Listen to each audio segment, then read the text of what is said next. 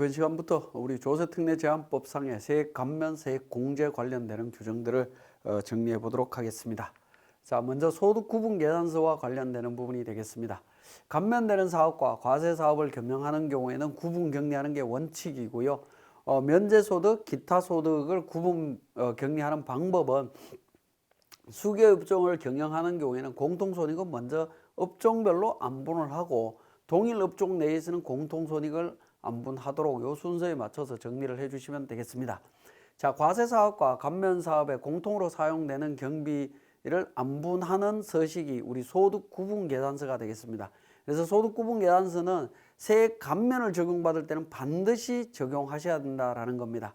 자, 감면 대상 사업은 사업자 등록증상에 업태 종목과 별개로 표준산업 분류에 따라서 판단을 해주셔야 된다는 점 기억해 주시고요.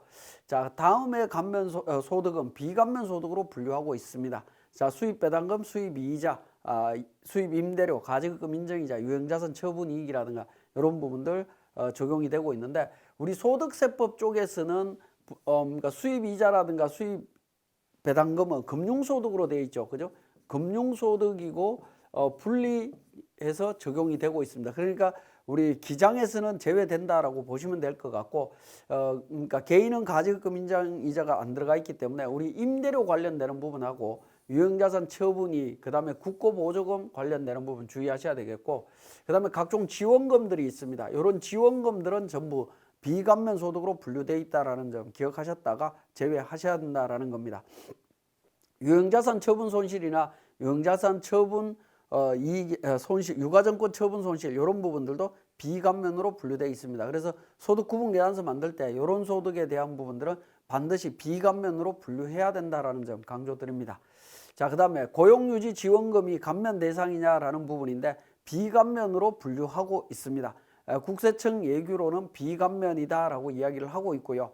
지금 현재 조세심판원에서 이야기하고 있는 부분들은 사회적 기업 육성법에 따른 일자리 안정지원금, 장애인 고용법에 따른 장애인 고용지원금, 고용보험에 따른 고용유지지원금 이런 부분들이 전부 감면 대상 소득이 아니다라고 이야기를 하고 있습니다. 비감면이다라고 이야기하고 있는데 위에 두 가지는 조세심판원 쪽에서는 감면 대상 소득으로 분류하고 있습니다.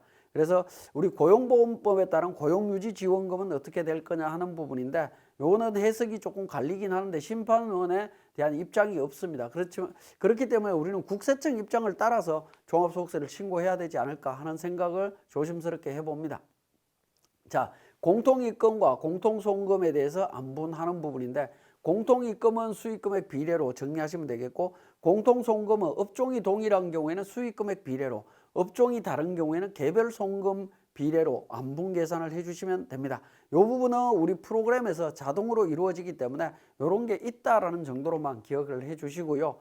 자, 기타 이자 비용 같은 경우에는 차입금의 실제 사용 용도 기준으로 정리하시면 되겠고 외환 차손익도 마찬가지입니다. 감면 또는 과세 사업에서 직접 관련성이 있는 부분으로 정리를 해주시면 될 것 같습니다. 2월 결손금 같은 경우에도 감면 사업과 과세 사업의 직접 관련성에 따라서 구분하는데 대부분은 그 구분이 어려울 겁니다. 그런 경우에는 소득금액 비례로 안분해 주시면 된다라는 거고요. 기부금은 공통손금으로 안분 기준 따라가시면 되겠습니다. 잡이익, 잡손실 이런 부분들도 감면과 과세 사업의 직접 관련성 여부에 따라서 구분해 주시면 됩니다. 자, 우리 감면 소득 금액을 계산을 했는데 소득구분계산서에 의해서 계산을 했는데 그러니까 소득 금액이 도매업 소득과 건설업, 부동산 임대가 나오는데 부동산 임대는 비감면이다라고 가정을 했을 때 감면 업종인 도매업 쪽에서 이렇게 결손이 나오면 어떻게 할 거냐 하는 부분인데 적용하실 때 이 부분을 우리 안분해서 적용한다라는 겁니다. 그죠?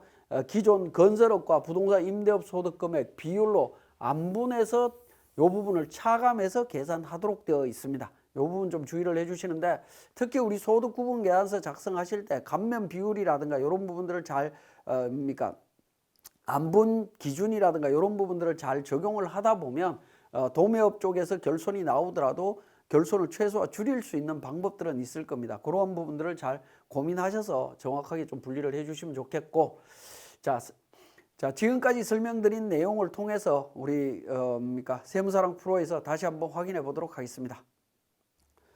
자, 교재 513페이지에 우리 소득구분계산서 작성 사례가 나와 있습니다. 자, 우리 개인 조정의 과표 및 세액 계산 쪽에 보시면 소득 금액 및 과표 계산 쪽이 있습니다. 여기에서 우리 모든 세무 조정이 종료되고 나면 소득 금액 조정 합계표가 작성이 될 거고요. 이 작성된 내용을 바탕으로 조정 계산서도 작성이 됩니다. 이렇게 작성된 내용을 바탕으로 우리 소득 구분 계산서 들어갑니다. 소득 구분 계산서는 앞에서 말씀드렸듯이 세액 감면을 적용받을 때 감면 업종별로 반드시 정리를 하셔야 됩니다. 자, 감면분 및 준비금 해당분이라고 되어 있는 부분이 있습니다. 여기에 감면 업종을 등록해서 계산을 해주시면 되겠습니다.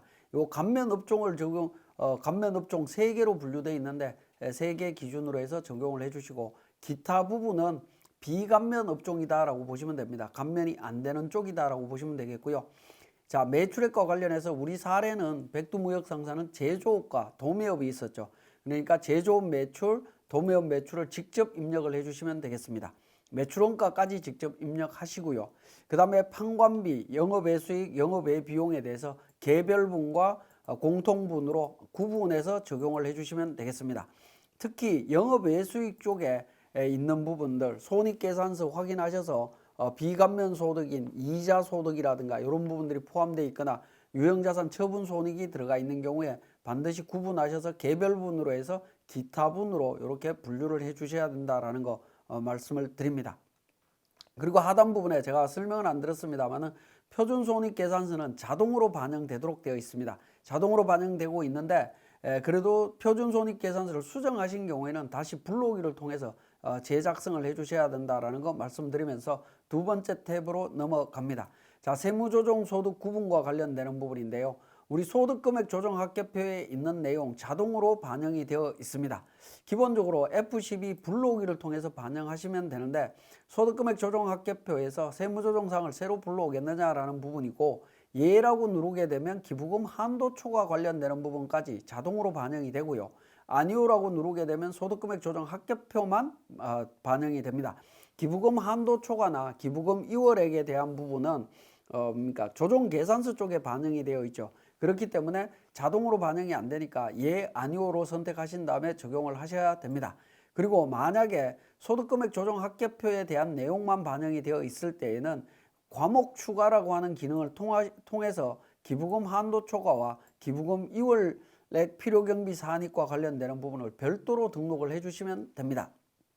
그리고 소득금액 조정과 관련되는 내용에 대해서 과목, 구분 선택, 감면 선택과 관련되는 부분은 오른쪽에 보시면 과목 선택의 1번부터 6번까지, 구분 선택의 1번부터 3번까지, 감면 선택의 1번부터 5번까지 내용이 나와 있습니다. 이 부분을 세부적으로 등록을 해주시면 됩니다.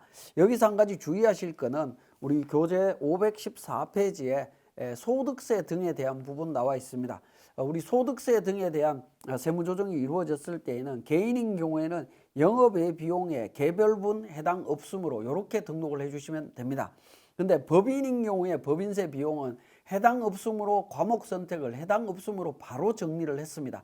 바로 정리했는데 우리 소득세법은 그렇지 않다라는 겁니다. 이 부분 반드시 구분해서 적용을 해 주셔야 됩니다. 잘못 적용하시게 되면 오류가 생길 수 있기 때문에 주의를 해 주시고요. 그 다음에 관련되는 세무조정 항목별로 과목 선택, 구분 선택, 감면 선택을 세분화해서 등록을 해주시면 되겠습니다.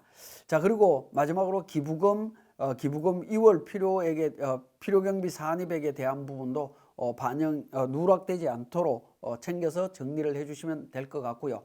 그 다음에 세 번째 탭으로 가게 되면 안분 기준에 대한 내용이 나옵니다. 안분 기준은 거의 대부분이 자동으로 이루어지기 때문에 그러니까 우리가 수동으로 수정할 이유는 없습니다. 그대로 진행하시면 되겠고 네 번째 탭, 다섯 번째 탭으로 가서 소득금액 확인하시면 되겠습니다.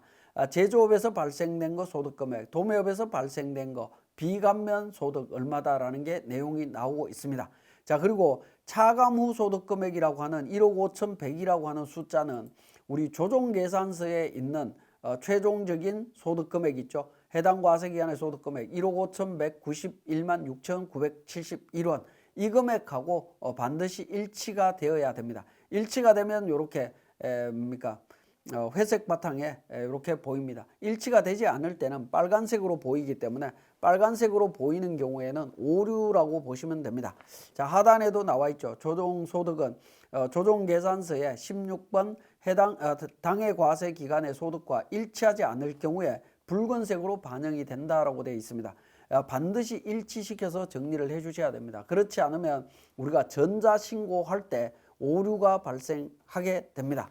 그러니까 반드시 일치되도록 수정해서 정리를 해 주시면 되겠고, 제조업과 도매업에 대한 소득 구분 계산서를 만들었는데 혹시라도 도매업이나 제조업 쪽에 결손이 나오는 경우에는 그 결손에 대한 부분들을 우리 표준손익계산서 쪽에 구분 정리할 때 개별분, 공통분에 대한 부분들을 정확하게 분류했는지를 다시 한번 체크하셔서 결손금이 최소화될 수 있는 방향이 있는지 한번 고민해 보실 필요가 있습니다. 자, 이번 시간은 여기까지 하도록 하겠습니다.